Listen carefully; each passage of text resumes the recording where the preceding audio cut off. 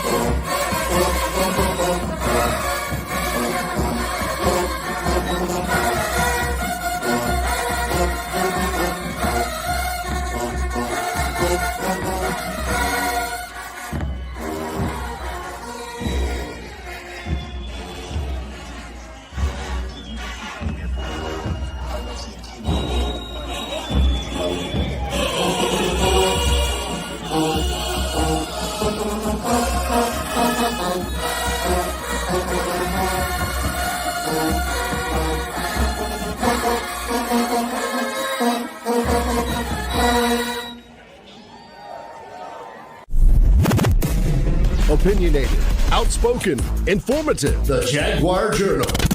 Your source for the latest information on Southern University sports and SWAC athletics. A Baton Rouge sports talk tradition.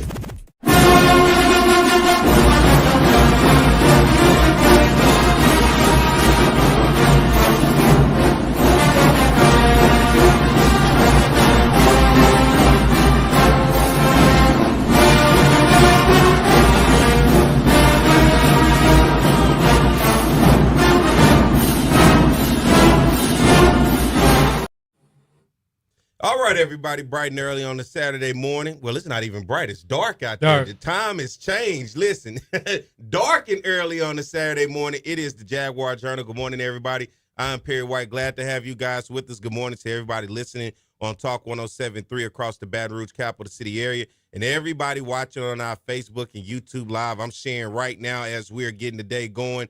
Good morning to you guys. Be sure to subscribe to the Jaguar Journal YouTube channel, as well as go follow our Facebook page, the Jaguar Journals, across all social media, on X, on Instagram, Facebook. You can keep up with us on Apple Podcasts, Spotify. We're all over the place. So we're glad to have you guys with us this morning. And we got a very special guest here in the studio this morning. CJ brought him in. And look, we're going to talk about things happening in Baton Rouge. And nobody better to talk about what's happening in Baton Rouge than the district attorney this morning, Hilla Moore. Good morning. Good morning, Perry. Good to meet you. Good. Hey, listen, we was talking. You say you got those New Orleans ties, huh? Yeah, I do. Born and raised in New Orleans. Started off at St. Aloysius High School, but graduated Brother Martin, but lived on the corner of Broad and St. Bernard, not far from St. Augustine High. And then eventually came to LSU. And that's how I made it to Baton Rouge. Didn't leave. That was going to be the next question. How, from the 504 to the 225, and since you got to the 225, being a district attorney, man, what led your way in life to being, first of all, getting into law? First of all, my dad was a sergeant major in the Marines, mm-hmm. So I wanted to get away from the sergeant major. we had 7 kids, and he was pretty strict, and I figured I'd try to get away and go to school, but I did really bad in school. I made a .07 my first 2 semesters at LSU. What, you was partying? I wasn't studying and staying out a little bit late at night. Hey, I was there too. I was at a 1.7 one time, so I you did a lot better than me. Hey. You double mine. And so back then they could send a letter home to your mom and dad. You didn't have to be secret about it all. And Sergeant Major said bring his butt back to New Orleans, so I did. And he taught me a couple of lessons for a couple of months, and I decided to come back to LSU and study a little bit, and did kind of well in school and found criminal justice, and I found that major because it had no math or very little math. I was really bad at math. Yeah, political science major right here, so That's I understand. so you avoid that math. I'm with you. And so I finally made it through there and became a young DA investigator at really young age. O.C. Brown, way before your time. Mm-hmm. CJ, remember him, but I've seen it on the side of a building. Yes. Yeah. That's his son. Okay. That now runs at Dana, so I worked for him, and I became the chief investigator after some time. Back then, the DA's office would do all of the murder scenes, unlike now, where the Baton Rouge Police and Sheriff take care of the murder scenes, the crime scenes. I was the crime scene investigator, so I got to see a lot of really horrible things, a lot of dead bodies. Yeah. Then eventually got a master's at LSU in criminology, and then someone decided for me to go to law school, and I went to Southern Law School, graduated from Southern. And, Come on, SU. Yep, and then became a lawyer and was a practicing criminal defense lawyer for 16 years. Mm-hmm. 16 years, and then decided to run for DA, and now I'm the DA for 17, going on 18 years. It's always been a job that I wanted to have, and I'll run again next year. But all of my family, brothers, sisters, daughter, all went to Southern Law Center, all graduated from there. So owe a lot to Southern Law School. You know, I'm going to tell you something. So I'm not from Louisiana, but I came to Louisiana because of Southern. But can I tell you how I first heard your name? Yeah. I heard your name dealing with Lil Boosie. It's a long time ago. It is. But that was when I first started. I'm like, who is Hilla Moore? You know, so then I get here and I start to see you on the news and I see you all across the place. But, you know, that's when I realized the power and who you were here in the city. And talk about your stance about who you are and where you stand, especially against crime in the city of Baton Rouge. So that's a really good question. It's hard to answer with a real concise answer. Mm-hmm. It depends on what the crime is and who you are, what you do. A lot of people that are involved in crime make mistakes, and they do it because of certain reasons. It's maybe just dumb mistakes, just childhood mistakes. Some are because of their economic level that they're in, educational level. Others are just violent people. Mm-hmm. So we have to recognize those that make a mistake and can earn a way out of a mistake. And you get them help, get them diverted out of the system, because this is a system you don't want to get into very deeply. And you know, you speak on that. I spoke at a conference while I was in school, the Koch Foundation, and they put together this big conference down in New Orleans that had DAs and judges and lawmakers from around the country. And one of the things they were talking about was the word recidivism, stopping this vicious cycle of once you go to prison or jail, when you get out. And so we had to look at what were some of the things that were on the table that was forcing people back into the situation which otherwise they wanted to get out of. A lot of it was they were too scared to check convicted felon or whatever on the application, so they would say no. Then when they run the process where you lied on the application, well, the other side was to it, well, if I do check it, they don't want to hire me because they think I'm still maybe that same person that I went to be incarcerated for. Second was just getting simple things like driver's license and everything else, not being able to have the funds to do it, the transportation. Third was being able to find somewhere to stay as a resident once you get out of jail. And unfortunately, as you talked about, sometimes being parvish, low income, especially if you're living off the government, which that happens a lot. Well, what happens is when you in that situation, let's say you're going home, as we say, you're going to live with your baby mama. She got the kids. Well, you can't be the male within that household because you're going to mess up everything that she had. So it was just so many little things to try to check off. It was just like, how do we fix this? So I think you just hit the nail on the head. All the things that I would say you just said. Mm-hmm. It's the first 14 days coming out of jail will set the rest of your tone, the rest of your life as to how you're going to make it or not make it. Living, where you're going to live, transportation, job, those are huge things. Can you get a driver's license? Those are huge things. It's set within 14 days. And after that, if you don't make it within those 14 days or have people there to help you, you're going to probably go back. Yep. And that's the biggest thing. And so the biggest issue is most people do not come out of state facilities mm-hmm. where they do help you transition. They come out of parish prison, which there's very little help to transition back. And so that's the problem. I mean, everyone that, overwhelmingly, most of the people that go to jail, they're coming out. Mm-hmm. Whether you think they should or not, they're coming out. So we have to find a way to help them not recidivate, not come back again into the system. And I think that's where we lack the most. But it's mainly out of the parish prisons, not the state facilities. And people have to recognize that. How can we improve that as a community to give opportunities? And then, it's always said when you get out, you're still seen as guilty no matter what time you did, how much time you did. Society still looks at you for the crime that you committed. And then I understand at some points there are some people who did not commit the crime, but because they cannot afford proper representation, a lot of times, and I've seen it in my own community being African American, that you don't want to take the chance to go to trial. So you take that plea bargain because you're too scared of the possible big years that's in front of you. So you take those shorter years, but you just cannot simply afford proper representation. I think there's a lot to all of that. I think all of it happens to some degree. It just kind of depends. But surely adequate representation is huge. Mm-hmm. And we talked about this prior to the show, lack of funding for offices.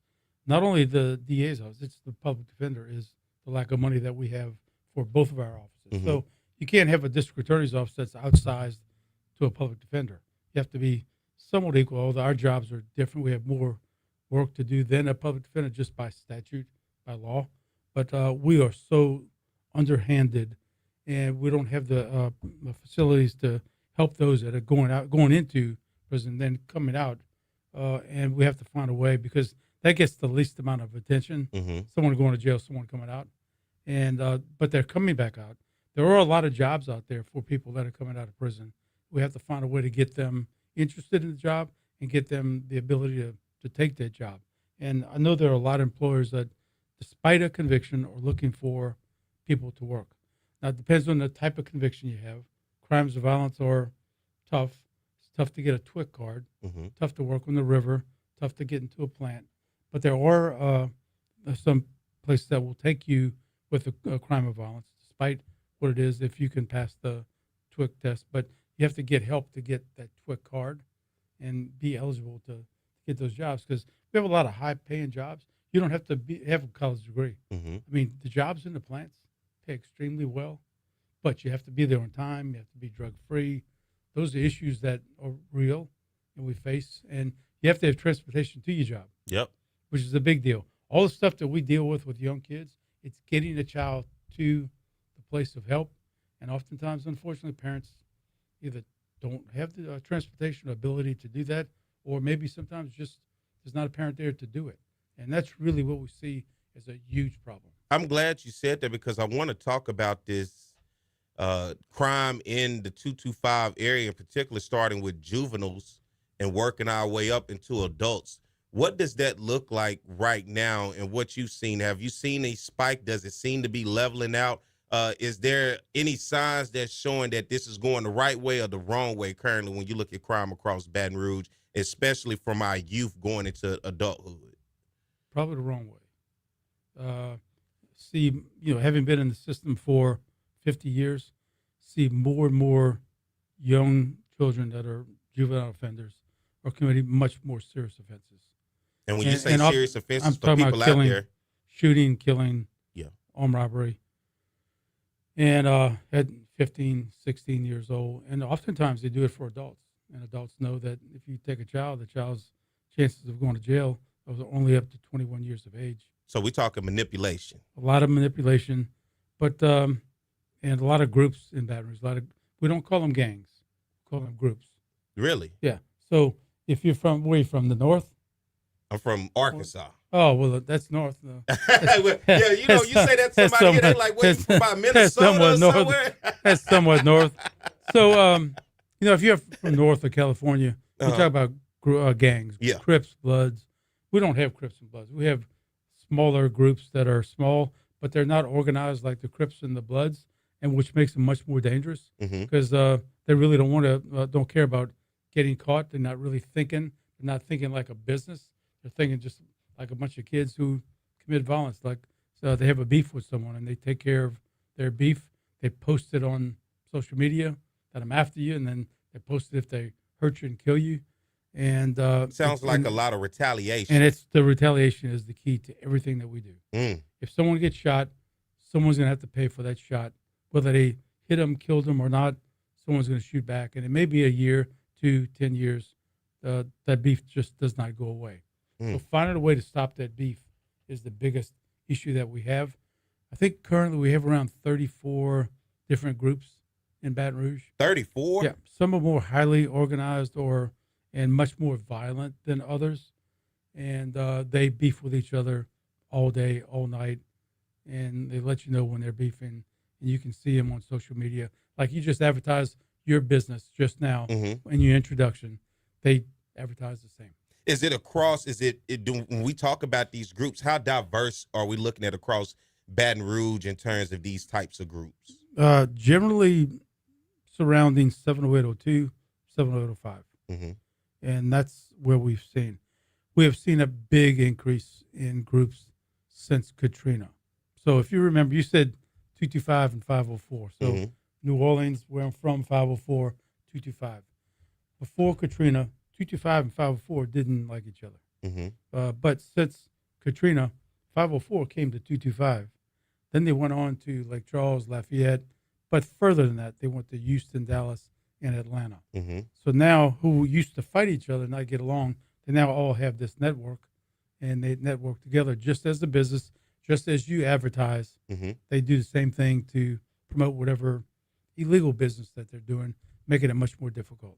Well, I know you're in the business of being a DA, and sometimes one would say you maybe got the song say, you got an ice box where your heart used to be. You may not be as compassionate, but at the end of the day, like you said, you got to be firm and you got to do what's best for the people of the parish. But for you, what does a society, a better Baton Rouge look like from your position? So it's pretty damn simple. It's educating from the womb before they get to kindergarten. So we have the worst early childhood education system in the world. That is, a young kid, generally African American, does not get early childhood education from the time that they're born to the time they go to kindergarten or first grade. Other kids who have more benefits, parents have more money, they read and write to the kid. They have vowels, they know letters, they know how to math. When that child starts kindergarten, first grade, is way above other kids who don't have early childhood education. Early childhood education costs if it's private. Yeah. So we just recently did a study of like 22,000 kids over 12 years, I want to say, that had been involved in the DA's office as a defendant or a victim of violent crime. And overwhelming numbers, like 88 to 90% of those kids who were involved in those crimes did not have early childhood education. Really? And they started off behind everyone else. As you can imagine, starting off behind someone, you get set back. Yep. Then you get bigger and you get older, and you're in a grade with kids that are younger than you, and then you get bullied and you get left behind. And then what do? You drop out, and then you become in the street because that's your people that you want to hang with. And we see that often. And again, transportation is a big issue, and availability of early child education is a big issue. So this study, I think, if we follow this, which I think we will, we go from the birth of the child, follow the mother, get the mother the help, get the mother the transportation. That child is going to learn, because I think the biggest problem that we have with crime is lack of education. Lack of education. That's the biggest thing that separates all of us, is lack of education. And if we're able to fix that educational component, it may take us a decade or two to catch it up, but if we're able to put our money right there, because you got to put your money, right now we're putting our money in the back end at my office and police and public defender. Think about it, if you're able to put the money on the front end and stop the back end. That's where we want to be. Right now we can't get there because you have to stop this crime at the back end. We want to stop it at the front end. And that's the big key, in my opinion. Looking at crime right now across the 225 area, what seems to right now have you up at night saying, man, this specific thing we need to really get a grip on? Same thing, recidivism and retaliation. It's all night long. However, some good news. We are 14% below last year in terms of homicide. Last year we had 102, year before 112, year before 124, year before COVID year 150. And nationally, where does that rank here for Baton Rouge? Way high. So as a city this size, a city what our would be size, what would be the average? we should average 40-something murders per year per capita. Now, we have averaged on regular years 80. But look at those numbers I just told you since COVID. Mm-hmm. Now, they're coming down. But since COVID was 150 homicides, 32 of those 150 were domestic violence. Oh, and wow. Can you imagine you at home during COVID, you couldn't leave, Mm-hmm. you're married, and this thing right here, the cell phone, got so many women killed because they may have been talking to somebody. Yeah. And normally, if they talk to someone, they'd go to work, and the husband or boyfriend couldn't see their phone. And now with COVID, they could see it. So are we seeing a spike in that? We're seeing a decrease in that. Good. Because at COVID, you were home with the person who supposedly loved you but abused you and killed you during that time. 32 is a big number. Yeah. We normally average 2 to 8 to 10, but that year was 32. Wow. So we're down 14%. Now, 14% sounds good. It's maybe 6 to 8 people. So you want to have a lot more. The biggest thing is during the year we had 150 homicides. During the COVID year, we had 330 fentanyl overdose deaths. So that's the other side to this. We're dealing with drug overdose. Drug overdose. That 330, and not many people talked about drug overdoses during the years of COVID, but they did talk about murder because that's the big thing that makes the news. But we didn't look at the 330 people died of drugs. We've had the most significant decline in fentanyl overdose deaths than anywhere in the country, and I attribute a lot of that to law enforcement help. But I don't know if you know Tanja Miles with her outreach. She's outreached to a lot of folks, and then Narcan. Narcan was never available to people because it was seemed like you're giving people Narcan, you're encouraging them to use to use drugs and have Narcan ready just in case to bring themselves back. But that has saved so many lives, and we probably have around a 300% decrease in fentanyl overdose deaths because of all the different reasons above: law enforcement, Narcan, outreach, and so we've seen a very big decline. We've also seen a decline in shots fired. So we keep track of every time a shot is fired. And right now we're 24% below last year. So you would think the less amount of shots fired, less amount of people get shot and killed or hurt. So the non-fatal shootings, that is a bullet to a body, but it's also down 20-something% right now. So we're in the right direction. We're coming up November, December. You would think those are the more quiet times. No, that's the holiday season. Yeah. Well, things wrap up. Where people are with their families. Mm-hmm. And unfortunately, over the last several years, in January, we've seen more people being killed around those months than in the summertime. Summertime used to be the biggest months, man. You have 13, 15, 20 murders during the summer per month. But those have really quelled down a lot due to a lot of outreach work, I think, through the different mayor's office with Sharon Brum and then this mayor. But then the numbers are bigger in the January, November, December. So how can we find a way to stop that?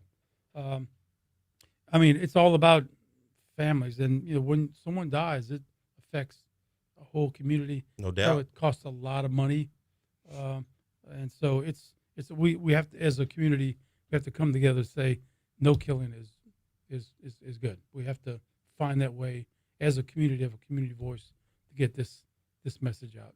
Seem like you're enjoying yourself this morning. Oh yeah, I love talking about it.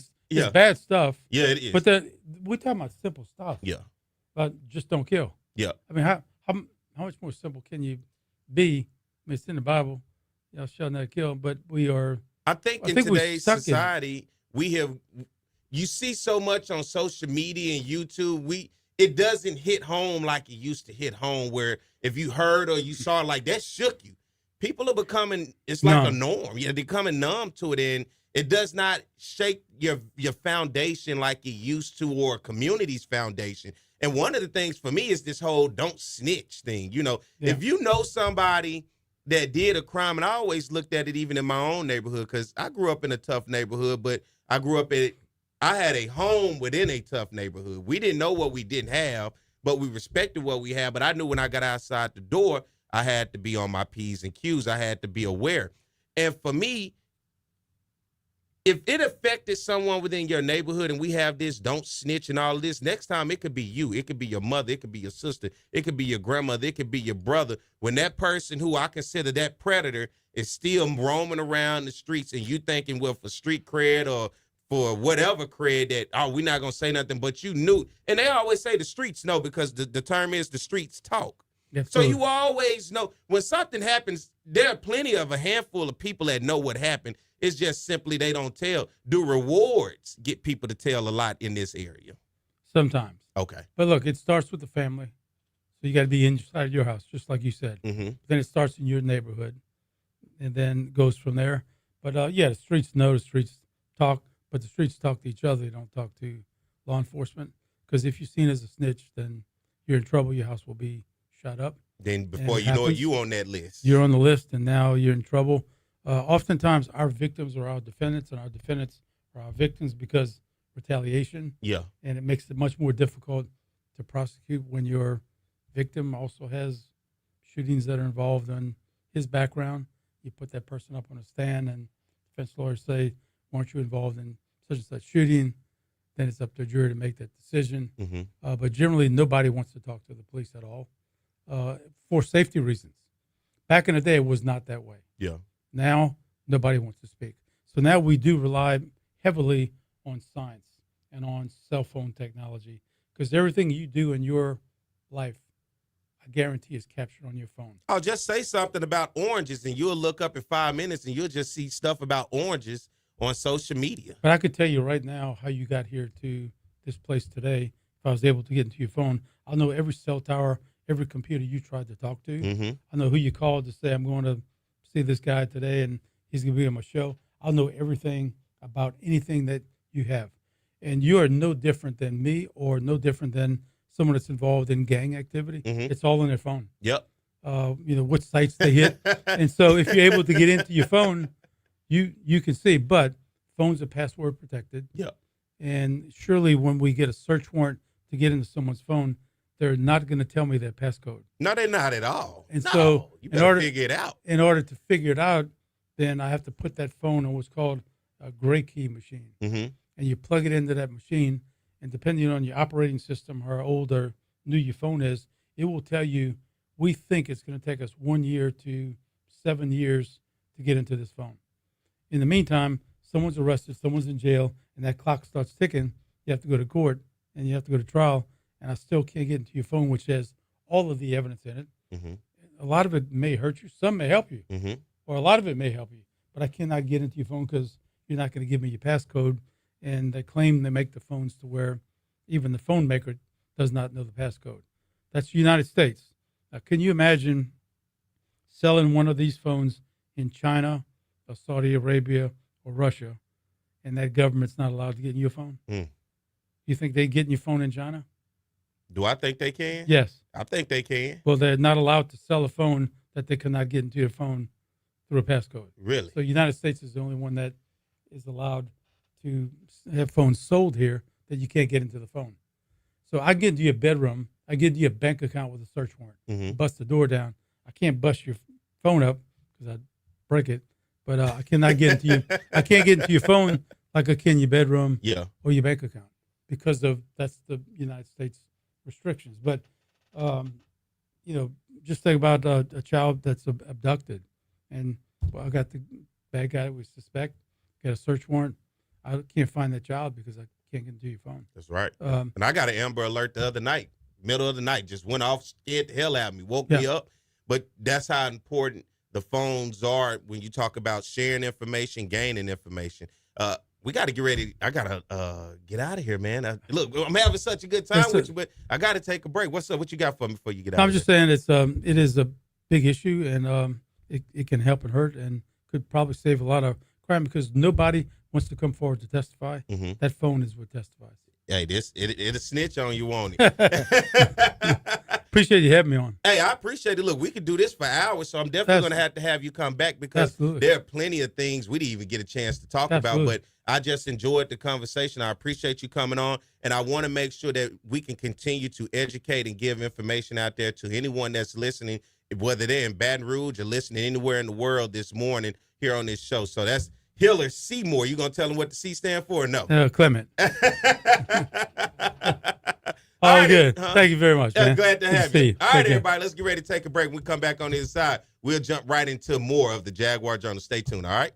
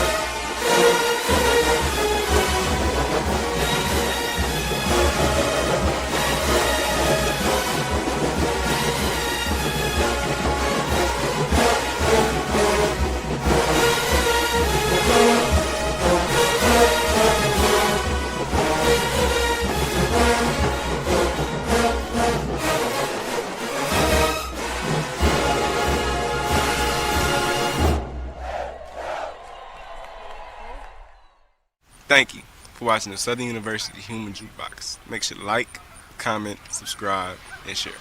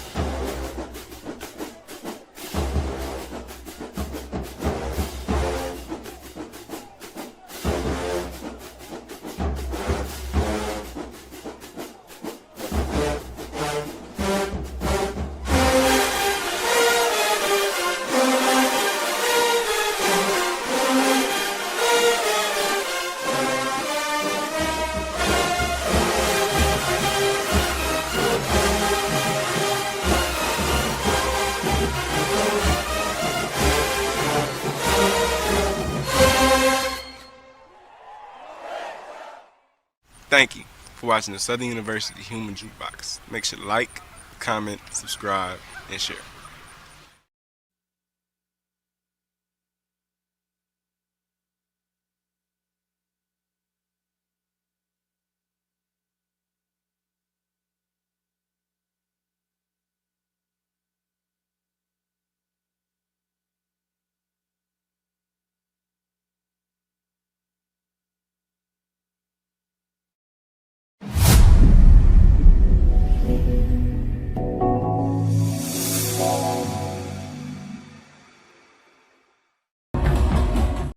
All right, everybody, we're back. Good morning. It is the Jaguar Journal. I'm Perry White. Glad to have you guys with us. Good morning to everybody listening on our radio side of things on Talk 107.3 FM across the Baton Rouge capital city area, and everybody watching on our Facebook and YouTube live across the world. Be sure to subscribe to the Jaguar Journal YouTube channel. We're on all across social media, TikTok, Facebook, X, Instagram, Apple Podcasts, Spotify. Continue to grow with us, and as we continue to grow with the show this morning, I want to thank District Attorney Hiller Moore here in Baton Rouge joining me this morning, just having a little conversation about some things within our community, because one thing about it, it ain't always about sports. Sometimes it's about health. Sometimes it's about crime. Sometimes it's just simply about the community that's around you. And I just wanted to have that conversation this morning to get you some insight of the community. And now let's take it over to our Southern University community this morning, because the Southern Jaguars will be taking on Florida A&M, the Rattlers. This is an old school rivalry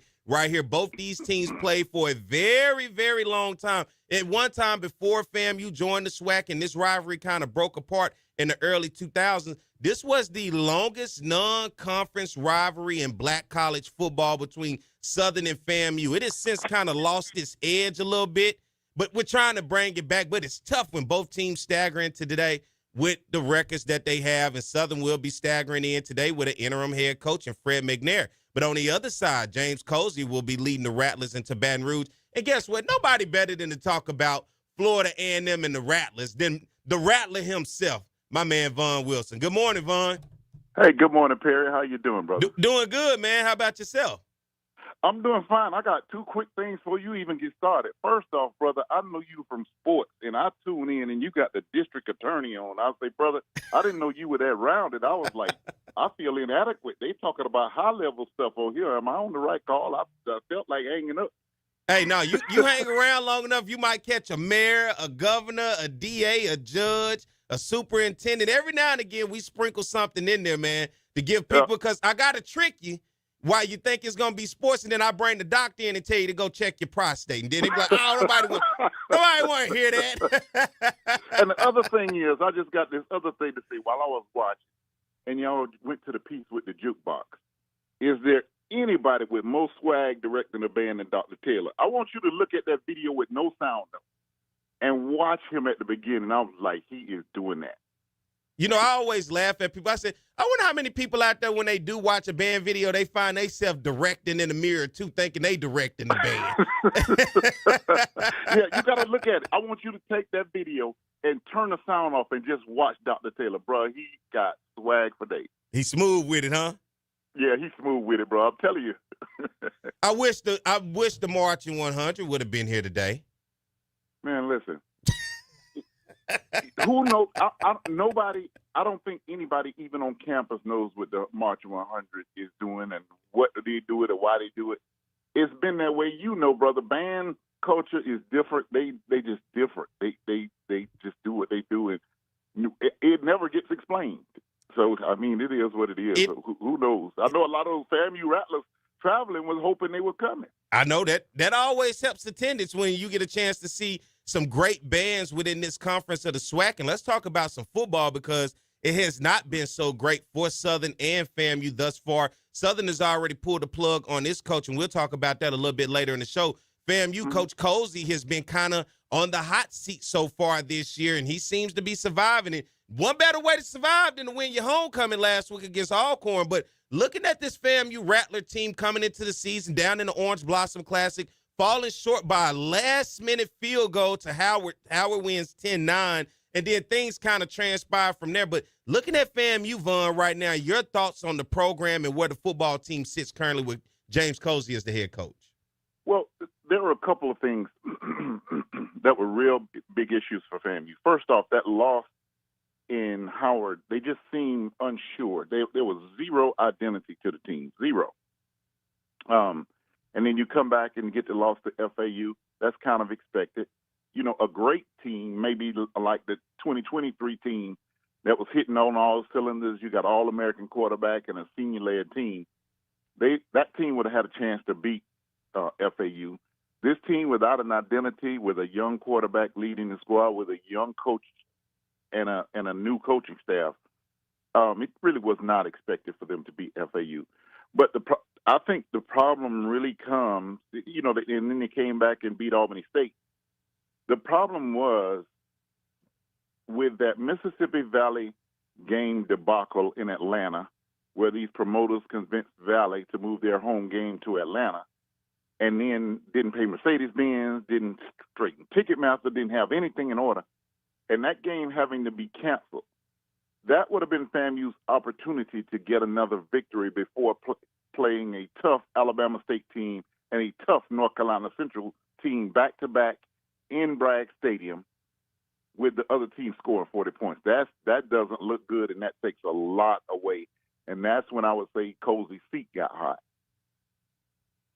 Let's do this, Vaughn. Let's take a break real quick. And when we come back on the other side, let's break down the football team. Let's look offensively and defensively at what the Rattlers are going to be bringing here today to A.W. Mumford Stadium. You can hang on with me?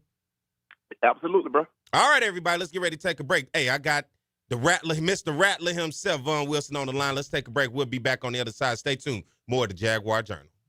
What's going on, everybody? I am Perry White. I'm the host of the Jaguar Journal. I want to make sure that you guys tune in live each and every Saturday morning from 7 a.m. to 9 a.m. on 107.3 FM. We also have our affiliates in Alexandria, Louisiana, as well as down in New Orleans. And if you're not able to catch us on radio live, you can subscribe to our YouTube channel as well as follow us on Facebook. It's the Jaguar Journal.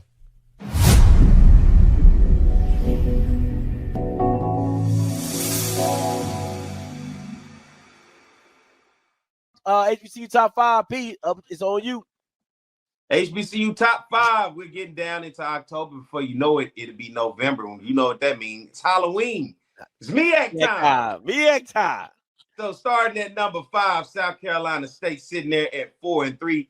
Chennis Berry has had this team just be right there in the thick of things to be a team that can compete for a MEAC championship, to repeat. And that's what they want to do.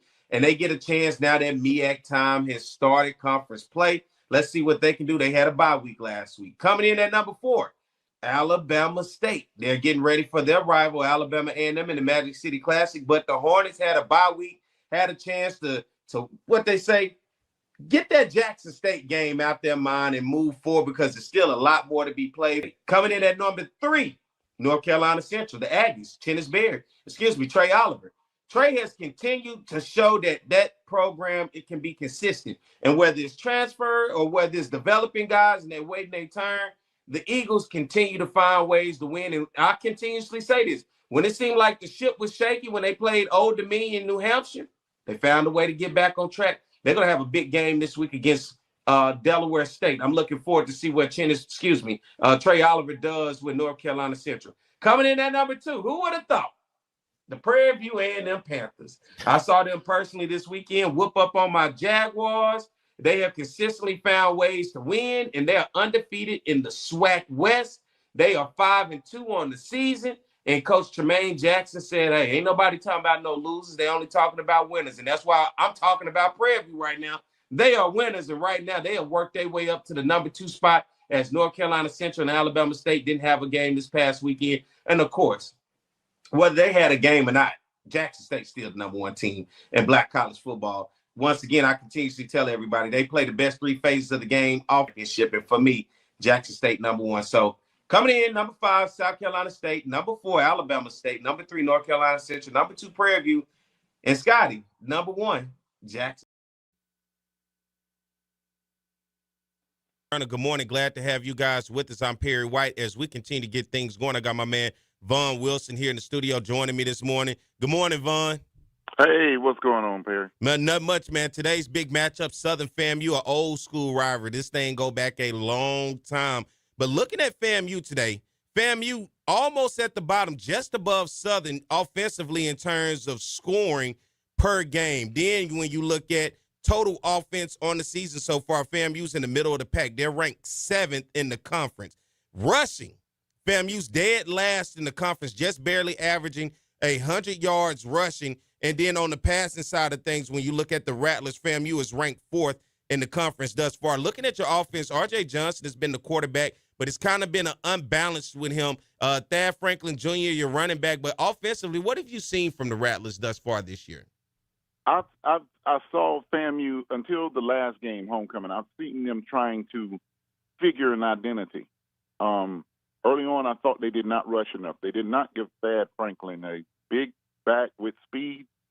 They didn't give him enough opportunities. They were kind of rotating the quarterback with Jet Petty, who was the second-string quarterback. So they were trying to figure an identity. So that shows where the inconsistency with both the running and the efficiency of the offense. Looking at you guys defensively now, FAMU is no slouch defensively, and everything I've seen statistically, you've been right there in the middle of the pack, 6th, 7th, around that range.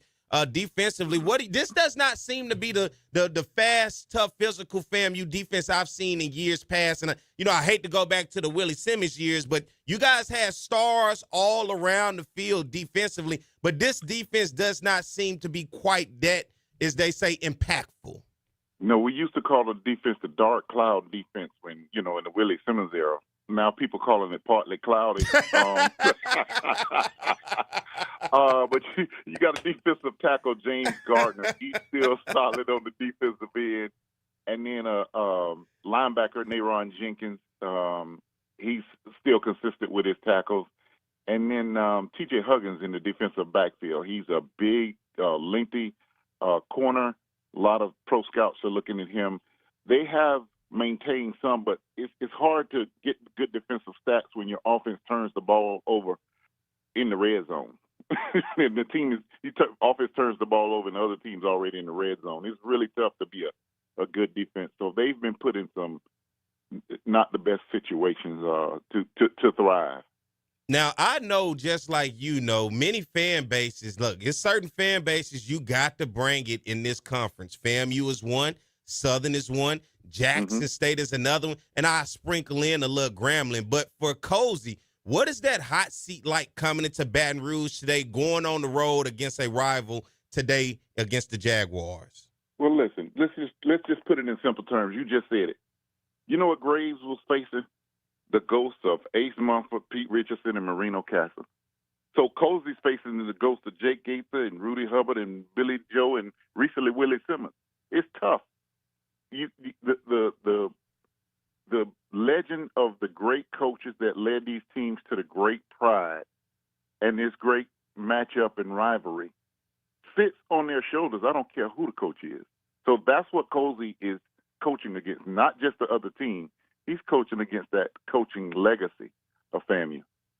And let me ask you this, because this rivalry has the new age don't know the rivalry for what it used to be.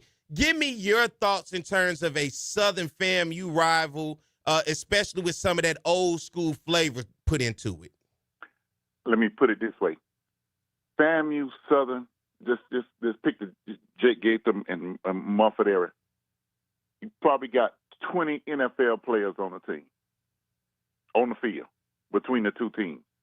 20 NFL draft, not just undrafted. I'm talking about 20 drafted NFL players on the field at any one time when FAMU and Southern used to play. The best in the country. And so that's the standard that's been set. And though we know some of those players, with integration left, that's still the standard. The standard is still the standard at Southern. The standard is still the standard at FAMU. And that's what the fans expect to see. Your fondest or the best Southern FAMU game you ever saw. And they don't tell me the year FAMU blew us out, okay? I'm talking about down to the wire. Your best memory of a Southern FAMU game from your side. Oh, it was definitely an Atlanta Football Classic. I think it was Billy Joe's second year. And I think FAMU was down 21-0 at halftime. And that's when Billy Joe came up with the Gulf Coast offense. He got Mario Allen, and they spread those receivers out and they caught up in the third quarter. And so Billy Joe's Gulf Coast offense, that air raid, it developed during the game. At halftime, we were down this other, and they came back and won the game. So that's it. It's not no blowout. And I got to say, one more memorable one was my senior year playing at FAM. We came to Baton Rouge, and it was homecoming. And Freddie Krueger was out, and it was the theme at Jaguar for the Jaguars homecoming was Nightmare on Jaguar Street. And we came in there and won. We literally had to run to our buses, bro. It was hostile. It was hostile out there. We don't came in one homecoming. We had to run to the buses, shoulder pads, everything. I don't even think we went back to the locker room. Let me ask you. Now I got to throw a little jab. Now this is the rivalry. How do you wear those colors, brother? I mean, just that combination. How do you look in your closet and be like, that's the one? Like, do you eat oranges? Do I eat oranges? Yeah. Mm-hmm. That's where the colors came from. The Florida oranges. Does that make sense? It don't make sense to me, Vaughn.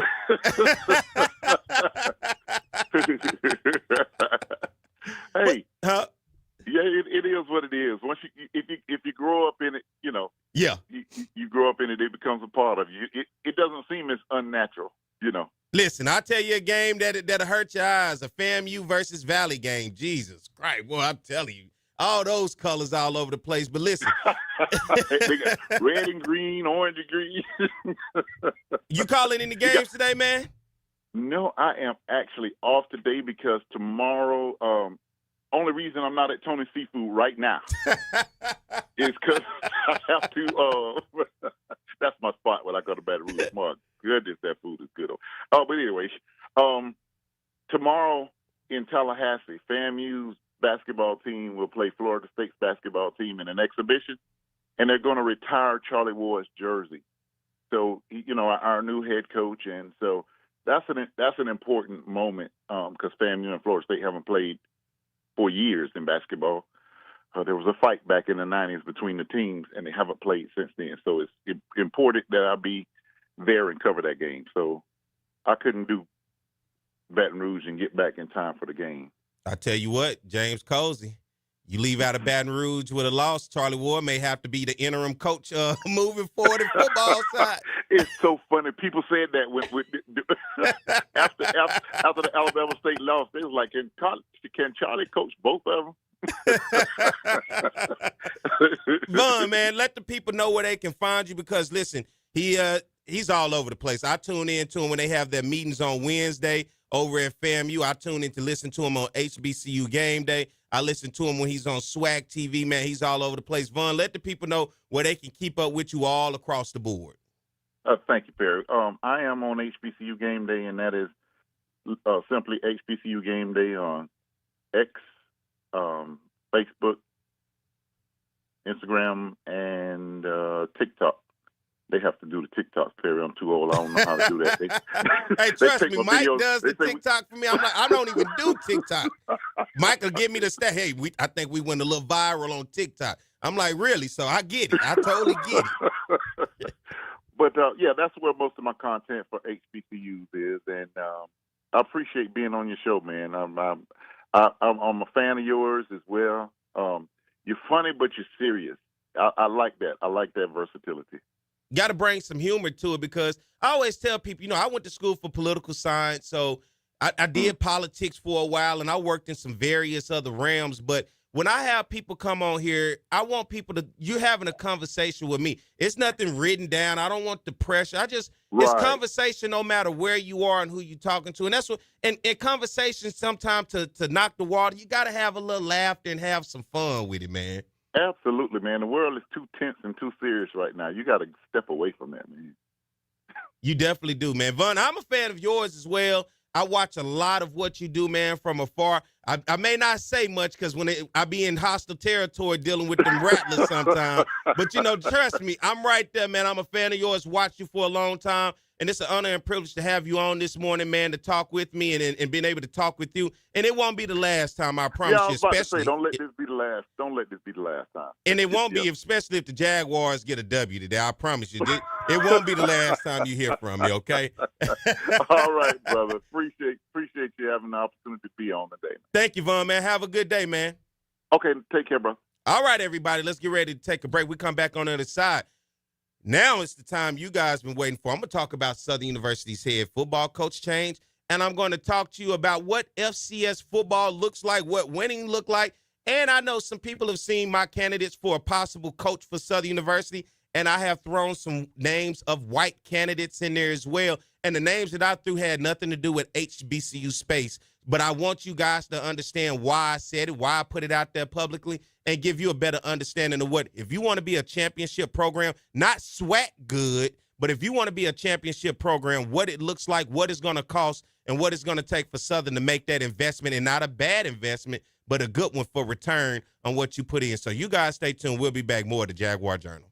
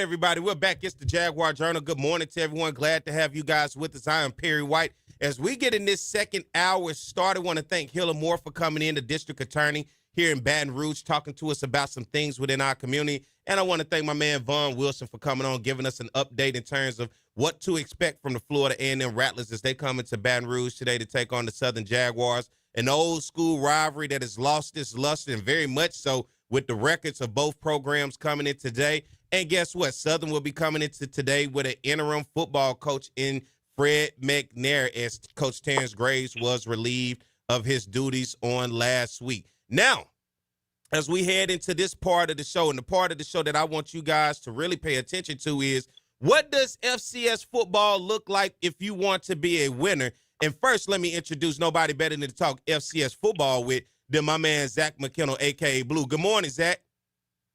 Good morning, Perry. What's up, man? Not much. And then second, nobody better to talk any of this type of stuff with, period, point blank, than my man, Scotty, a.k.a. Off Script. What's up, Scotty?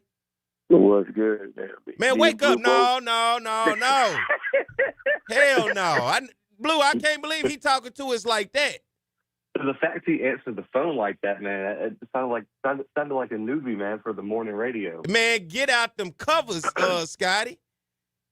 Man, listen, I have sinus drainage in the morning. Okay, I'm trying to get there. You know how black people be scratching their throat? Come on, man, give me a break. That's how I know your wife really love you if she dealing with that in the morning, Scotty. All right, fellas, let's jump right into it, and I'll lead the way because Southern University this past Monday let go Terrence Graves and relieved him of his duties as the head football coach only a year and a half into his tenure as the football coach at Southern University. It seems he had a 3-year deal, comes into a year and a half. We saw the same thing happen with Eric Dooley in his year and a half at Southern. 2 coaches back-to-back coming and going at Southern University, and Southern trying to find success. Now, one thing about both these coaches, they both won SWAC Western Division titles. They both had to go play in the SWAC championship. They both got their whooped by Jackson State, who seems to be the toast of the conference currently. Now that we move on, the question is out there for a lot of people, who's going to be the next head coach at Southern University? And not only that, man, has Southern made some bad investments? And I talked about this with you guys, and we all talked about it earlier this week. What is your return on your investment? And right now, Southern has made 2 bad investments with no return. And guess what? The fan base under Dooley and Graves have since – I haven't seen so many tickets being sold. If you just get on social media, people are selling tickets left and right for today's game. Nobody's trying to get tickets. People are selling tickets. So for me, that all tells everything I need to know where the fan base stands right now. But nonetheless, as Southern moves forward, I threw some names out there Monday with you, Scotty, when we did our show on Outspoken. And you guys make sure you go check that out on Scotty's channel, Off Script. We talked about it, and I think I threw a lot of people off because I didn't mention anybody from the HBCU realm. And this is where we're going to go with it. The first coach I named was Bobby Wilder from Tennessee Tech, right? He has them 7-0 right now. He was a former head coach at Old Dominion, helped transition them from FCS to FBS, and then came over to Tennessee Tech. And right now, last year, they won a share of the Ohio Valley Big South Conference. This year, they're on track as one of the top teams in FCS as they are in the top 25 and undefeated. The second name I mentioned was Mike Jacobs. Now, let me remind everybody, both these coaches are white, okay? Mike Jacobs over at Mercer. Mike Jacobs right now ranks 6 amongst all active coaches in Division I and Division II in terms of winning percentage. 80-plus wins, just a little over 20 losses overall, and has one of the best defenses in the country and has really transformed Mercer as a program. And the other name, and this was just a short list, another name that I threw on there, Joel Taylor. Joel Taylor was a defensive coordinator at Mercer, one of the top defensive coordinators in all of FCS, and he is now the head football coach at the University of West Georgia, who is transitioning in year 2 from being a Division II program into being a Division I program. Last year, they won 4 games. This year, at some point, he had them ranked in the top 25 in FCS. And guess what? He brought that University of West Georgia team to Thibodaux, Louisiana, and whooped up all over Nichols, right? He is one of the most sought-out guys in terms of who he is defensively, and he's a South Carolina State grad. And, of course, I threw Dawson Odom's name in it if you want that old thing back that possibly could have kept us from being in this position in the first place had we just moved forward with him. But nonetheless, here we are. But, fellas, it threw a lot of people off. First, because I named a white coach or white coaches, and second, because I didn't say anybody from the HBCU space. Now, the reason I named these coaches and named outside of the HBCU space is we've consistently done football from the HBCU space, particularly the SWAC. And we've done more for the coaches than what the coaches have done for us because clearly we're sending them off with no work but fat paychecks, okay? and a fan base saying, I don't even want to go support this anymore. Now moving forward, if Southern wants to be a championship program, and I'm not talking about just a SWAC championship program, I'm talking about an FCS program because, fellas, when I look around Louisiana, there are plenty of FCS programs, and let's name them: Northwestern State, McNeese, Nichols, Southeastern, Grambling, Southern. There's 6 FCS schools within the state of Louisiana, and 5 of them you got to recruit against just to get talent. And that's just the FCS level. We hadn't even threw in Louisiana Tech, ULM, UL, Tulane, LSU. There are plenty of schools within the state of Louisiana that Southern has to recruit against. But guess what? Southern can't beat none of those schools, not named Grambling. So you got to first make sure that you're good within your home state, then venture out into the conference. And trust me, if you're good within your home state of FCS football, you can handle yourself in the conference. Blue, I'll come to you first. Let's look at Tennessee Tech, because as we had this conversation, what does winning look like at Tennessee Tech when you talk about coaches, support staff, and finances? Yeah, man, it's an interesting conversation to have, because I know me, you, and Scotty have broken it down earlier this week.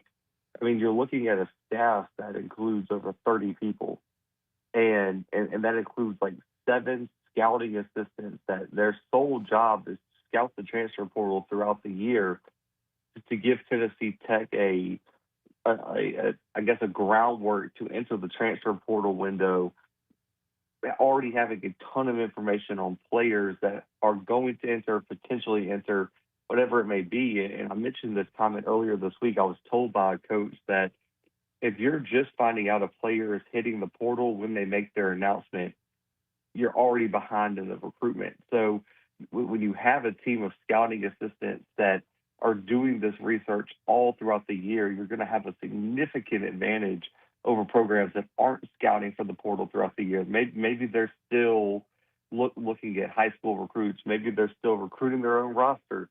And then on top of that, too, not only do you have the full staff of position coaches, you have a ton of assistants for those positions. Also, I think the most important position in today's age of college football is a director of scouting and a general manager or a director of football operations. You have to have those positions in today's age, because what it does, it takes so much pressure off the head coach, who during the season period is busy coaching on the field. Those guys can be handling the scouting departments and the recruiting department and letting the head coach focus on on-field results before he steps back into recruiting full-time in the offseason. The other thing is money, man. And I know we can have a conversation about underfunding and things like that, but you're looking at a Tennessee Tech program that really hasn't invested in football as much as you would think over the past so many years. All of a sudden, they decided they're going to invest there when they brought Bobby Water back. They have multiple assistants making over $100,000, other ones making somewhere around that 75 to 80 range. They're paying the cost to be a good FCS program, and you're seeing the results on the field. The hit rate from the portal was outstanding. And you talk about landing transfers, they landed 3 different Alabama State defensive linemen. And on top of that, their third-string quarterback was the starting quarterback at Texas Southern, and Jace Wilson, who was the SWAC Newcomer of the Year. And their starting quarterback was Andrew Smith from Alcorn State, was an all-conference guy. He already has 2 pick sixes this year. So you're seeing the level of investment get returns on the field, and that's something that I think when you listen to Southern fans, they want to see from Southern, man. They want to see the results happen on the field, and at the end of the day, Perry, if you don't invest in your program in the right way, get that money allocated going into the right direction, man, it's going to be really, really tough to compete in today's age of college football. And Scotty, I want to come over and get you going here, because we had this conversation. Like Blue said, when we ready to cry about we don't have money and what we need to always keep up the good fight for what we owe. But how many ADs are making bad investment, blowing money across the SWAC, as we talked about? How many coaches have been fired since COVID? And I think we were at a high number, and we looked at it. It was millions of dollars that just walked out of the door, Scotty. And you talk about it all the time. Just such bad level of football in the SWAC, to the fact of what are we really putting our money towards, and what are we really getting in return, Scotty? I think that's the main question. I mean, I'm surprised I got time to talk. I mean, you took up the whole A block. But anyway. I got to paint the picture for my fans, man. Nah, but to me, it's like, I think the standard should be 200,000 and down. You know, I know people say, well, you know, you do a lot more as an HBCU coach, so you should be compensated. But to me, it's like, if you have not won a championship, why am I paying you over $200,000 to coach at my institution? And you should earn the rest of that in incentives. And if you are good, because think about it, turnovers in college football now are 2-3 years. Maybe not, I mean, you get the right coach in there, a Chennis Berry, you get the right coach in there, a 1 or 2 year turnaround is very much so possible. Because, and I'm gonna say, I think T.C. Taylor messed it up for everybody because Deion left him with nothing other than a great AD, and he had Coach O. And they turned that program around in 2 years to be a championship, winning a Celebration Bowl. So again, at the end of the day, if you're bringing in a new coach, there's no reason why I should be paying him over $200,000 unless he's a championship guy or coming from a top level FCS program to where he was ranked, been in the playoffs, has done something accomplishing. But I told you when it happened, P, I said, how do you pay a guy $225 when he's only won 2 games and both of those games have been the Pop Warner Classic? That don't even make sense. So Graves should have came in at $150. If it was me, I would have paid him $95,000. Because I'm like, you really haven't. You lucky to just have this job, if we're being honest, right? So, I mean, you go to the Alonzo Hamptons of the world. You go to the Kendrick Ways of the world. You go to the Little Bills of the world. If anybody doesn't know, that's the Bethune-Cookman coach. That's what I call him. You go to, you know, if you want to even get technical, I wouldn't have paid Eddie Robinson over $200,000. Bro, this is the first. You coming from real estate. This is your first time coaching. So I think schools have to understand that they are the value, and that at the end of the day, incentivize the contracts, make them earn that second contract to where that's when they get their big bucks, the 250s, the 275s, because you've shown us that you are a champion or you've made us competitive in a way that we have not been previously. Let's get ready to take a break. I got my man Scotty and my man Blue joining me this morning, having a great dialogue. And for you guys out there listening, I hope you guys, because Scotty, I have a different audience compared to the audience you get on weekly. I got a lot of older people too. So you say I took up that A block. I got to do some explain. You got to break that stuff down for that audience, man. You can't give them a little bit and hope they catch it. We got to make sure they catch the whole thing. Right now, I got to catch a break. So you guys stay tuned. We'll be back. More of the Jaguar Journal.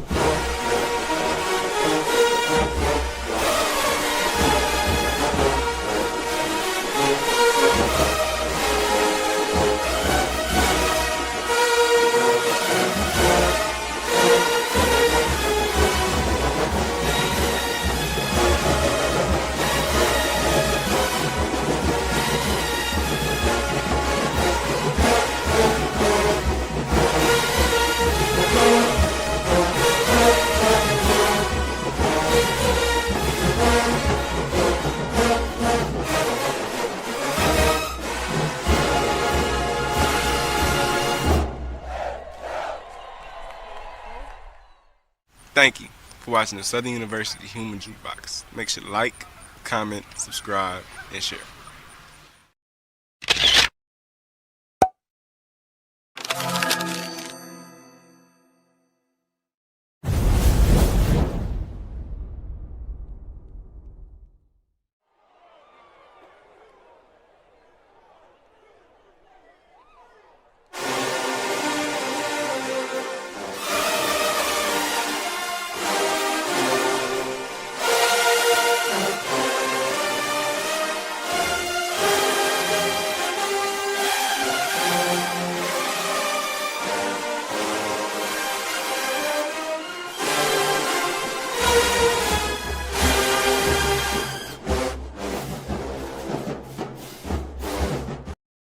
All right, everybody, we're back. It's the Jaguar Journal. Good morning to you. I am Perry White. Glad to have you guys with us. Good morning to everybody listening across the Baton Rouge capital city area on Talk 107.3 and everybody watching us across the world on our Facebook and YouTube Live. Glad to have you guys with us. Two very special guests this morning, two brothers I love a lot and love to have conversation with. Got my man Scotty and my man Blue having a conversation. Good morning, fellas. Good morning. I got some water in my system, so I sound much better. You hear that? Yeah. Yeah, good. Thank you. Okay. All right, Scotty, I'm going to throw it over to you right quick because, you know, we have this conversation all the time about, man, sometimes SWAC football, when you look around, man, you can really see some bad football. And as you talked about getting coaches to prove themselves in this conference, and as Blue alluded to, the money that it takes to have the staff, to be recruiting, and all of these other things. But when you look at a program like Southern, now all programs are different, right? Let's take a UAPB program, which is my mom's alma mater. They may not be looking for someone to necessarily come in and be a proven winner right now, but somebody who can build to be a proven winner maybe tomorrow. A program like Southern is looking for someone to be a proven winner right now. We don't want you to learn. We don't want to watch you learn how to be a head football coach. We don't want to watch you learn to go. You have to be able to have that savviness and that know-it-all about yourself to come in and win now. And that's why I named these coaches outside of the HBCU realm. And, Scotty, to you, we get so caught up into a lot of times once a coaching job becomes available in the SWAC space, it seems like we never think outside of the box but the coaches or the familiar names that we already know. And a lot of times it's coaches within our conference, and then sometimes it's coaches that have moved up to FBS that we realize, man, probably out of our range when you talk about the salaries that they're making as position coaches, let alone talking about coming back to be a head coach. I mean, it's, you know, Southern is a fryer cooker. FAMU, Southern, Jackson, they're fryer cookers, and you got to have the right mindset. You have to have the right ability. But I still believe in this, though. At some point in time, you have to take the risk. Is going to be risky regardless if you go with anybody. My thing is how you build the contracts, right? Because if I do the contracts in 3 years, 2 years, stuff like that, like, you know, if I do a 3-year contract with an option on the third year, that keeps everybody. It keeps everybody in the neutral situation because I think it benefits the head coach because if I turn it around in 2 years, I get closer to my renewal faster. And if I get a good season or do well in my second year, that third year, I'm looking for a contract extension, right? If I don't like what's going on, it's a Terrence Graves situation. Well, now I'm not on the hook for another $500,000 to pay a coach out because we have to understand having a coach stay for 4 years or 3 years, they're just bad. It just doesn't do you any good. You got to be able to get in and out of your contracts as quick as possible. And I think the way they're structuring them has to change as well, right? So I think that helps as well. And then I also think that to make something look different in the SWAC, you have to do things differently. And you have to start looking at more creative. If you want to see something different, if you have guys, and this is the thing about people who selected the coaches. If you have football guys selecting the coaches or somebody in the football community, they can look outside the prism and say, you know what? I like what this head coach is doing at this institution. It's different. It's innovative. Hey, let's bring that into the SWAC and see if it works. Or I like what this coordinator is doing over here in Monmouth or over here at Tarleton or over here at Ferris State. Let's bring him to the SWAC. That's how you get different. But if you keep circling these same old names, the same old people, running the same old stuff, you're going to keep getting the same results, bad football, or at least it not look good. And you're right about that, because we had this conversation even when you're looking at moving up coaches from the D2 level. There are plenty of great coaches out there on the D2 level doing things with their programs, but the first D2 schools we look at are the HBCUs, and you'll go pick somebody from the Fort Valleys and the Miles when there's a whole FCS and D2 level that's out there to pick from. And they beating and they whooping their butt. That's the funny thing. They can't beat them. You know, we getting the guys they losing to. We not getting the guys who's whooping their butt. I never get that, bro. Sorry, go ahead.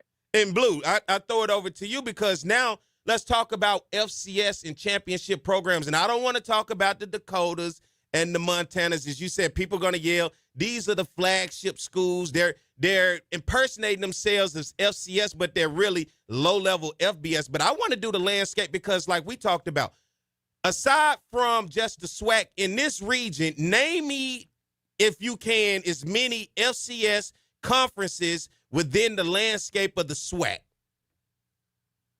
Yeah, I mean, you got the UAC, you got the SoCon, you got the Southland, you got the OVC Big South. I mean, the MEAC is in here if you want to keep it even HBCU. The CAA extends further down than you would expect. So, I mean, you got a majority, and I mean, even depending on what you include, like, I mean, even get into like Kentucky, you still have conferences like the Missouri Valley that's all the way down to Kentucky. So you have a ton of FCS conferences right in this footprint and a ton of programs in these states. Like outside of Mississippi, which is just SWAC programs at the FCS level, you look at the state of Alabama, the state of Louisiana, the state of Texas, and even the state of Florida, there's multiple FCS programs in all those states. And let me ask you this. Where would the SWAC rank amongst those multiple FCS conferences in this region? In football terms. Yeah, probably last. I mean, the only one that you could maybe make a like argument for to flip is maybe the OVC Big South in terms of depth.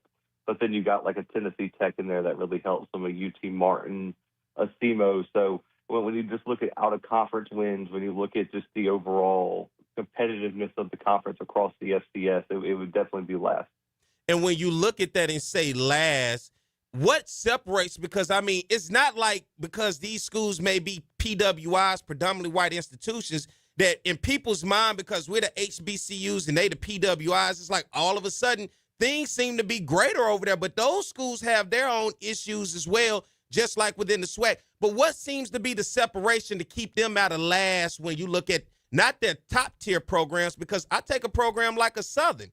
Southern went and played for a SWAC championship and lost to a middle-of-the-pack Northwestern State in the Southland. Southern lost to a McNeese State and went and played for a SWAC championship last year. Right, McNeese?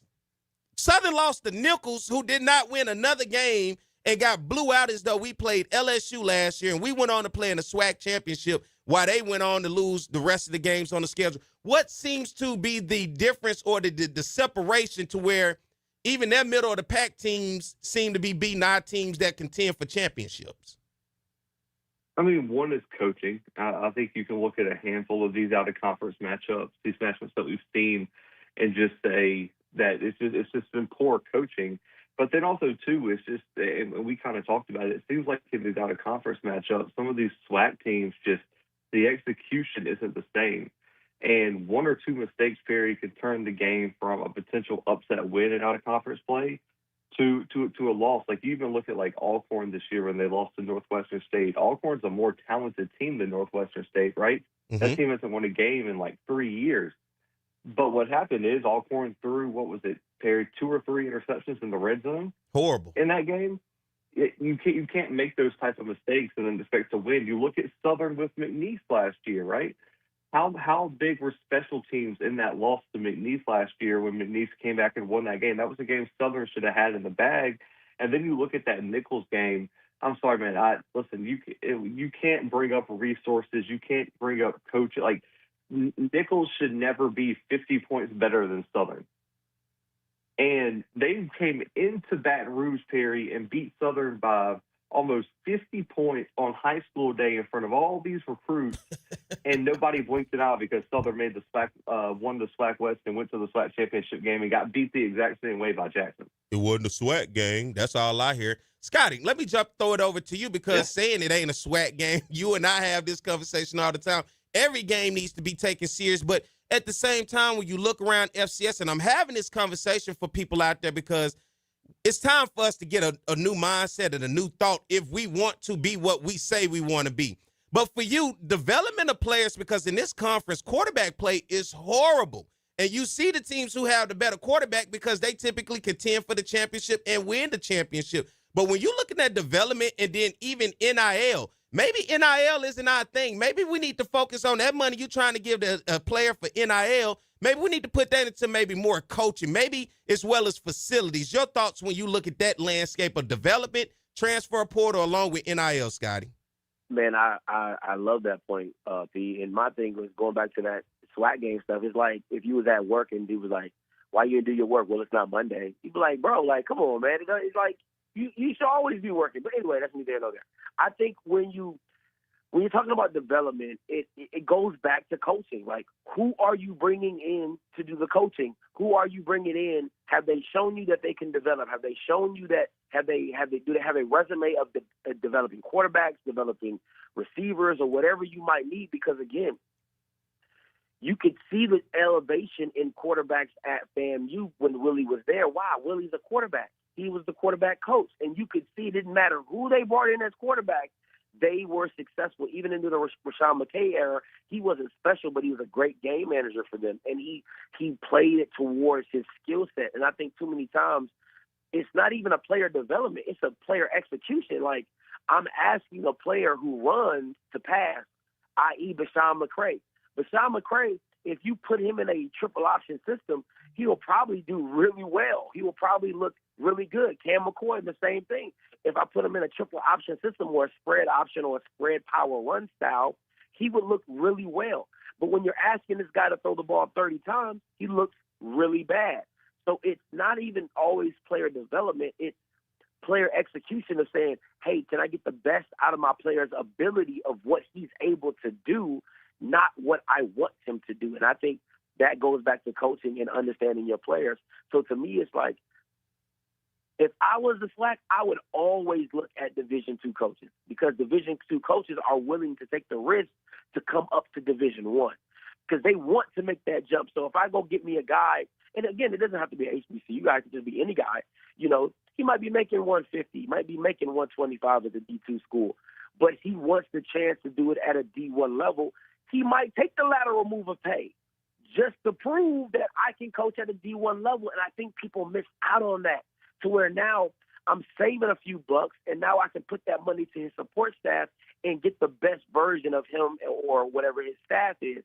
And then, in which I never understood why Southern did, what you usually do is, let's say I bring that D2 coach up, they do well, they win a championship or super competitive, win 9 games for 4 years, he goes on to another program. Well, now I take somebody from that staff and I move him into the head coaching position because, hey, that staff was winning. They were doing well. Let's keep it going. Not Southern. We're not doing well. We fire the guy because he's not doing well. Let's take the guy who's never coached, who's only won 2 games, which is the Bayou Classic, and then put him in the head coaching position, and we get the same result again. So I don't understand that aspect. But to me, I would always go to the lower levels. I would sift through, D2, D3, whatever, to try to find the right guy for the right situation for the right price. Let's get ready to do this. Take another break, everybody. Pay some bills. When we come back, I got these guys, my man Scotty and Blue. Great conversation. We're trying to get you guys a new mindset, a new thought process, because this week when I saw a list come out, guess who all was on there? Pretty much HBCU coaches. Like, can we get our mindset out of that? And as the two fellas just said, if you keep doing the same thing and you're getting the same results, I'll say that when we come after the break. Let's take a break, everybody. Stay tuned more to Jaguar Journal.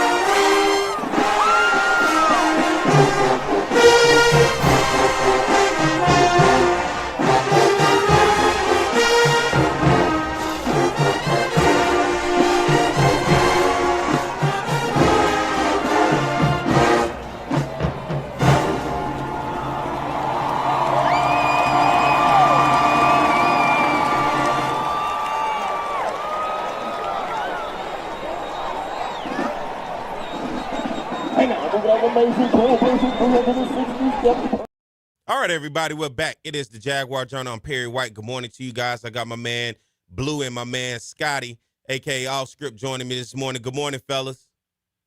Good morning, man.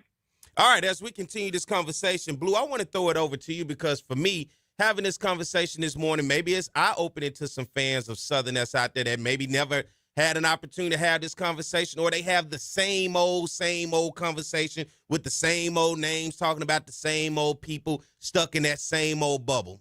I'm different. You guys are different. I enjoy having a conversation. Want to have a different perspective that's eye-opening for some fans out there that may have never thought about it this way. And Blue, for you going into this, I'm looking at Southern in the position, and I talked about it. There are 6 FCS teams in the state of Louisiana, considering Southern one of them.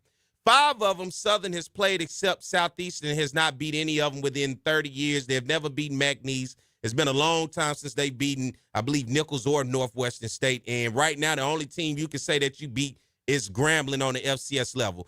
For me, when I named the coaches that I named, it wasn't necessarily say we had to get those coaches. But for me, for Southern fans, I wanted fans to really open their eyes to see what does FCS football look like, and not just consistently look at it and say, what does SWAC football look like? And I think that's where we're stuck at in this repeat cycle of over and over and over. We just want to know what SWAC football good looks like. And for me, when you're in a state that's filled with FCS football, surrounded with other states that's filled with FCS football, in a region in the South that's filled with FCS football, at some point, you got to say, I want to be the best FCS football team in the state of Louisiana, because I can assure you, if you're the best FCS football team in the state of Louisiana, you'll be the best FCS football team in the SWAC, and you'll potentially be a Celebration Bowl champion. But I don't think we truly understand what FCS football looks like to be a champion or to be a top 25 program, because Southern has not been ranked in the FCS top 25 in a long time. Right? We just care about being the SWAC Western Division champion. Oh, we're going to play for a SWAC. But it's more to it than that. And Blue, for you, what does that look like to be an FCS top 25 team in today's time? Oof, I mean, obviously, I think there's a hard student, like you said. Well, it's suited for the conversation, but you got those flagship schools. And I mean, listen, you got teams like Charleston State that are just competing at such a high level right now, Perry, that it's going to be really hard to break into that. But like you look at the makeup of a lot of these teams, like to get into the top 15, like the number one thing is quarterback play. You go look at the quarterback play of those top 15 teams and tell me one of them, Perry, that would not be the best quarterback in the SWAC right now. And then on top of that, too, the thing that's kind of frustrating is you kind of look through 16 through about 30. We'll even take it just outside the top 25, Perry.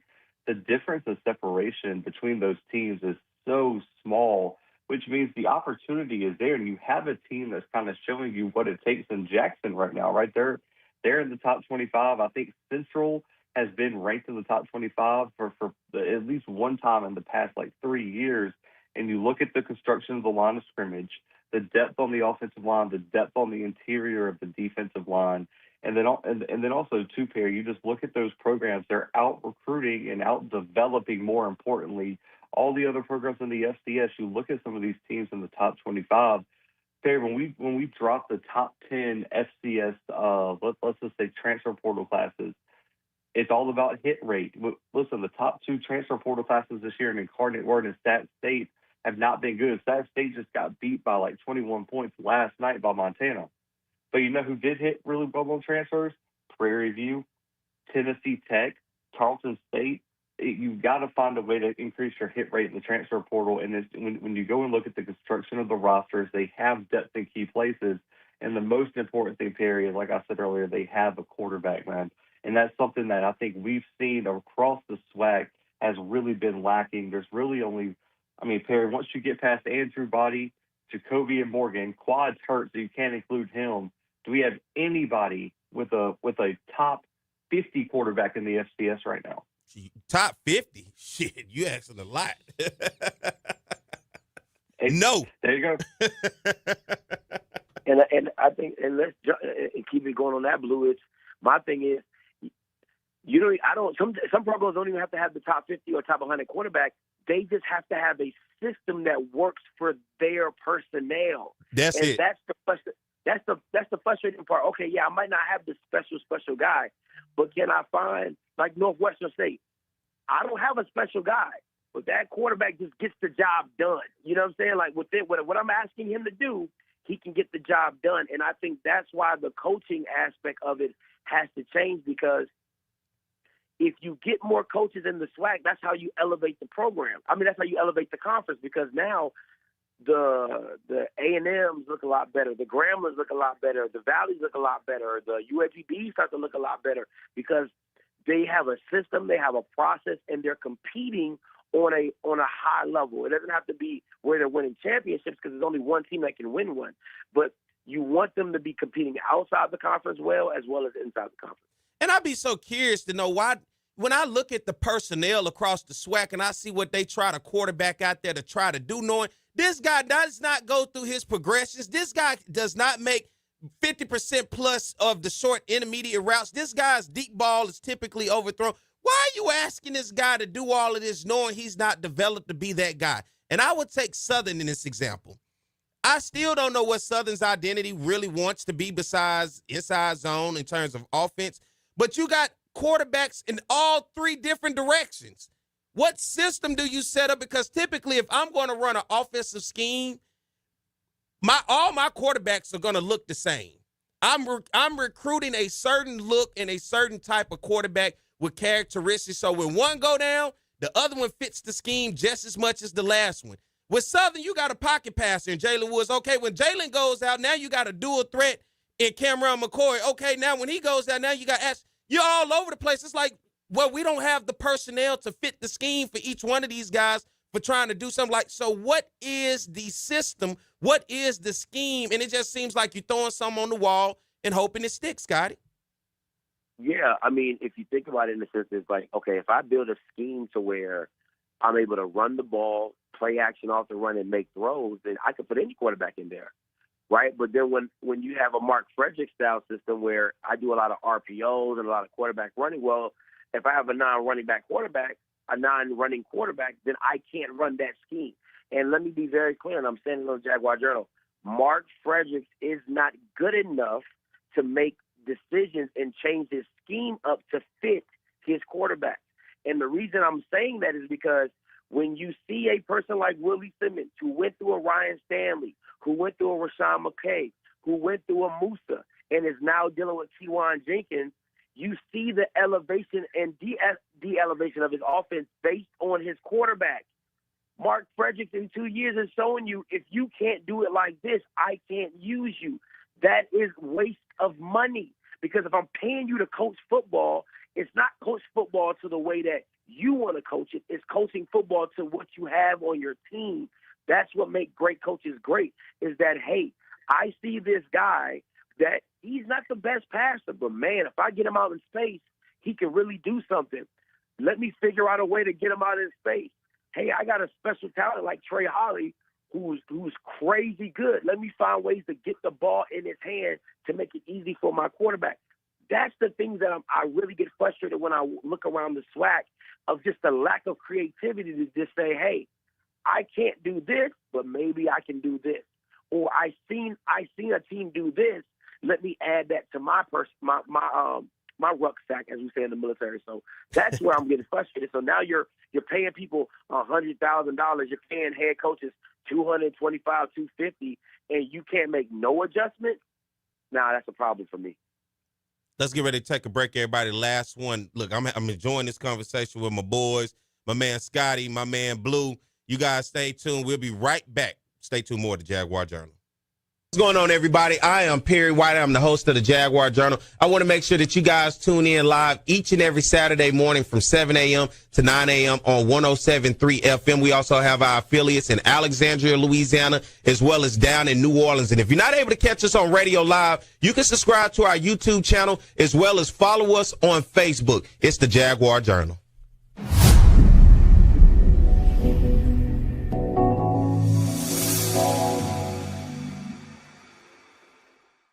HBCU top 5, P, it's on you. HBCU top 5. We're getting down into October. Before you know it, it'll be November. You know what that means. It's Halloween. It's MEAC time. MEAC time. So starting at number 5, South Carolina State sitting there at 4-3. Tennis Berry has had this team just be right there in the thick of things to be a team that can compete for a MEAC championship, to repeat. And that's what they want to do. And they get a chance now that MEAC time has started conference play. Let's see what they can do. They had a bye week last week. Coming in at number 4, Alabama State. They're getting ready for their rival, Alabama A&M, in the Magic City Classic. But the Hornets had a bye week, had a chance to what they say, get that Jackson State game out their mind and move forward, because there's still a lot more to be played for. Coming in at number 3, North Carolina Central, the Aggies, Trey Oliver.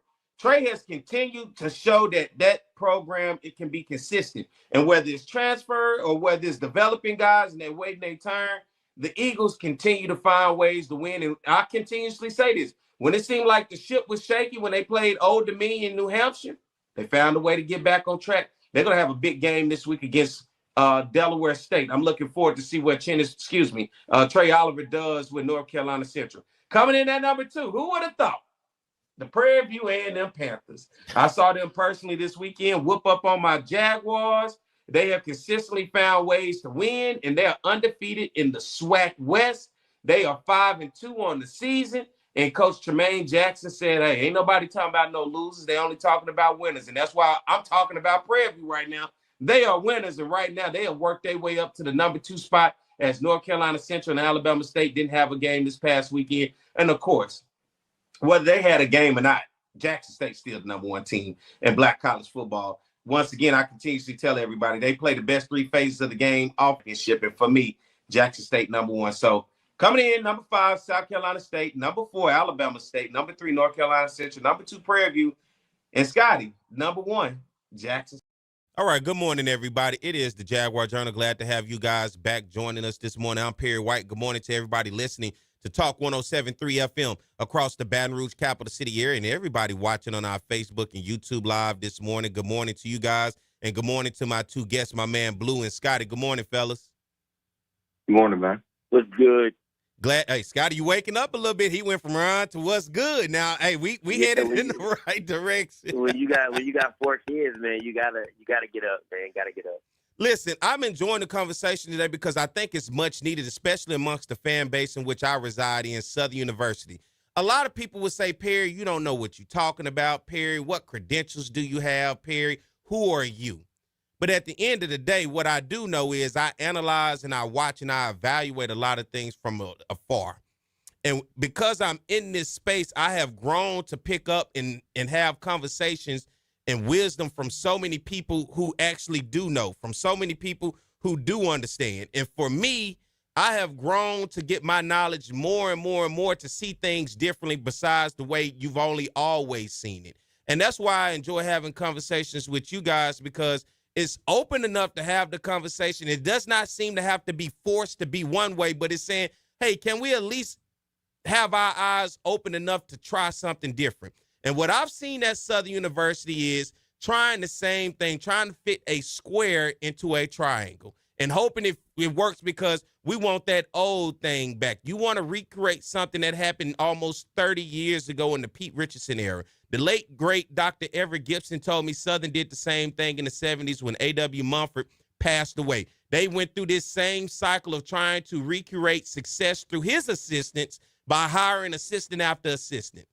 At some point, for me, you got to understand what matters and what matters most for you moving forward.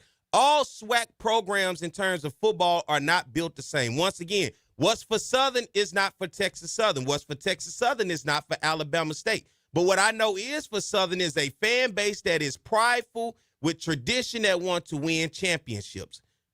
You cannot take a risk with anybody in this position.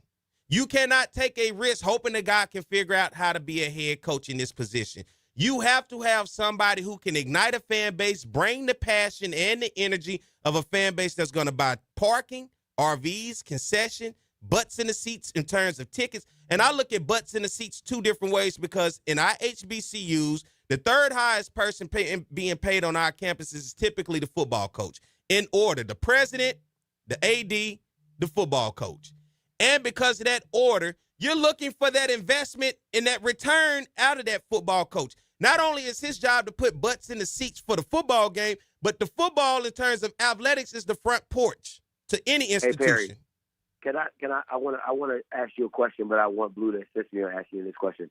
Would you consider Southern to be a Georgia of the SEC, or what program would you compare just the brand of?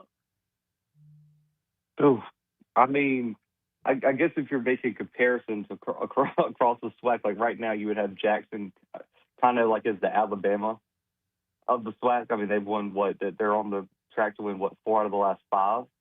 Yeah, I think Southern. I mean, you could make an argument for Georgia, but like I think I would more compare them to pick an SEC team that almost is kind of funny. You can almost kind of compare them to LSU, right, where they've had some runs in the past and they should be really good. In the past few seasons, they've disappointed. Like you look at what LSU's done recently, people are expecting Brian Kelly to bring championships, and they keep losing games they shouldn't and keep falling short. And LSU for a long time thought he couldn't get past Alabama. And let me ask, like that. And let me ask you this, because that was a good question. On the FCS level, because Southern looks at itself as the high end, especially on the HBCU level, take HBCU out of it and just drop Southern in FCS.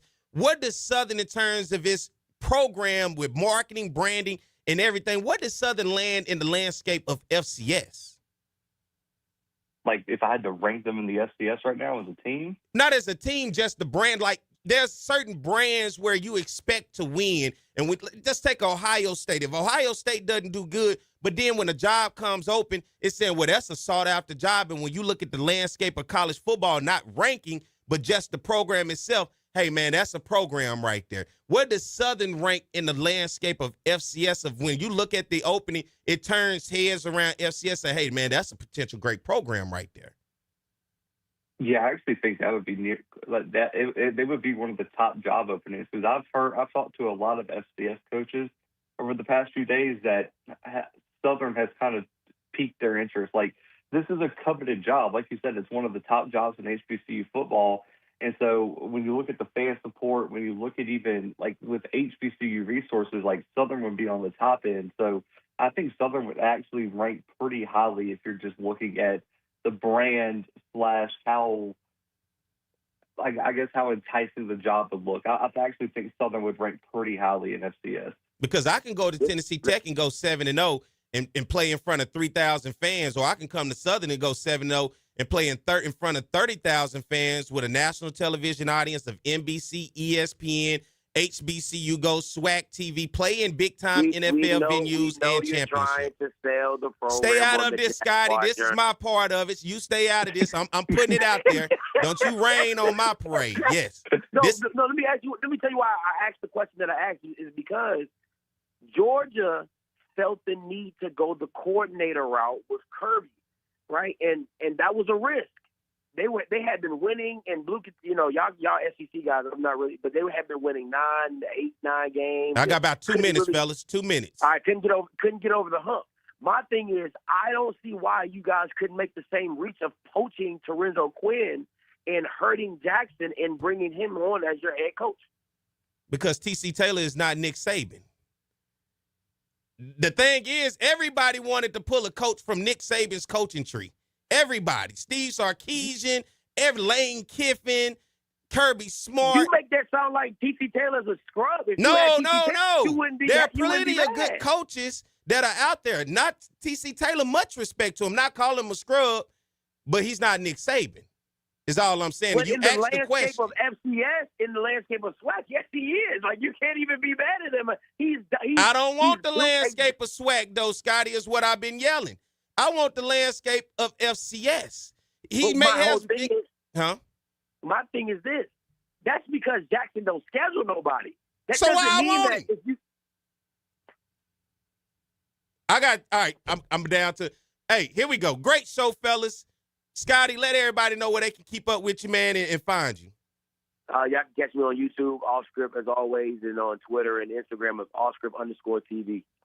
Scotty, I always try and do something, boy. Listen, Blue, let everybody know where they can find you. Yeah, podcast and YouTube, the Blue Bloods, and then FCS Football Central on SI. Hey, brothers, I love both of y'all, man. I've enjoyed the conversation. Scotty, I like T.C. Taylor. I really got a lot of respect for him, but, I just don't have to go to his coaching tree. But nonetheless, man, I appreciate you fellas, man. Thank you guys for coming on and doing this with me this morning. Absolutely. I appreciate the invite. Y'all have a good day, man. Hey, for everybody else out there that's listening, be sure to keep up with the Jaguar Journal on Instagram, on X, on Facebook. We're on TikTok. We're on Apple Podcasts, Spotify, as well as subscribe to our YouTube channel. I hope you guys have enjoyed today's show. I'm not trying to steer you into a direction of who to pick as a coach. I'm trying to open your mind of this is what we want to be. Well, we need to start to think different. And thinking different is not always saying it's got to be the SWAC way. And for the powers that be, whether you're an administrator at Southern in athletics, whether you are a board member or whether you just a big-time booster, open your eyes. Look, Perry White don't have all the answers. I'm not the smartest guy in the world, but I'm always open for conversation. You're going to have a lot of people who don't like me. You're going to have people who do like me. I'm okay with it. At the end of the day, I'm going to do my part as an alum of Southern. I always make sure I put my best foot forward for us to have an understanding. What is it that we want? Because right now we're making bad investments with no return. And if you are my investor and I come to you every time and say, hey, I got $250,000. Can you flip this for me? Sure. And you come back and say, man, we took a loss. Then I come back and then you say, hey, man, give me another $250. I'll flip it. And then you say, at some point, I got to not have you as my investor anymore because I'm not getting any returns in terms of what I'm putting back and I'm taking losses. We are taking losses from our fan base because tickets are being sold on Facebook now, right now for today's game against FAMU, more than ever of people losing interest. And when you got a home schedule like Southern had this year with Bama State, Florida A&M, Jackson State, a homecoming game against Prairie View, along with Texas Southern, you damn well better give the fans what they want. And even if it's a loss, we can take a loss, right? Just let me know we played a good game. And right now, our investment over the past 5 years into football, who ultimately leads the way for us, has not been a good one. So we got to get it right. And for us to get it right, you got to change your mindset. You got to change your thought process, and you got to look at things different. And hopefully I'm the one that can open your eyes to say, maybe let's try things different because we done tried it your way for so long. Look what it got us. Let's try something else. All right, everybody. Southern FAMU today, 4 o'clock. I'll be over on the Bluff. You guys have a great weekend. I've enjoyed you. I love you. Thank you, Mike. Thank Hiller Moore. Thank Vaughn Wilson. Thank Blue. Thank Scotty. All of them for coming on today, man. Enjoy your day. Hope you have a good one. Go Jags.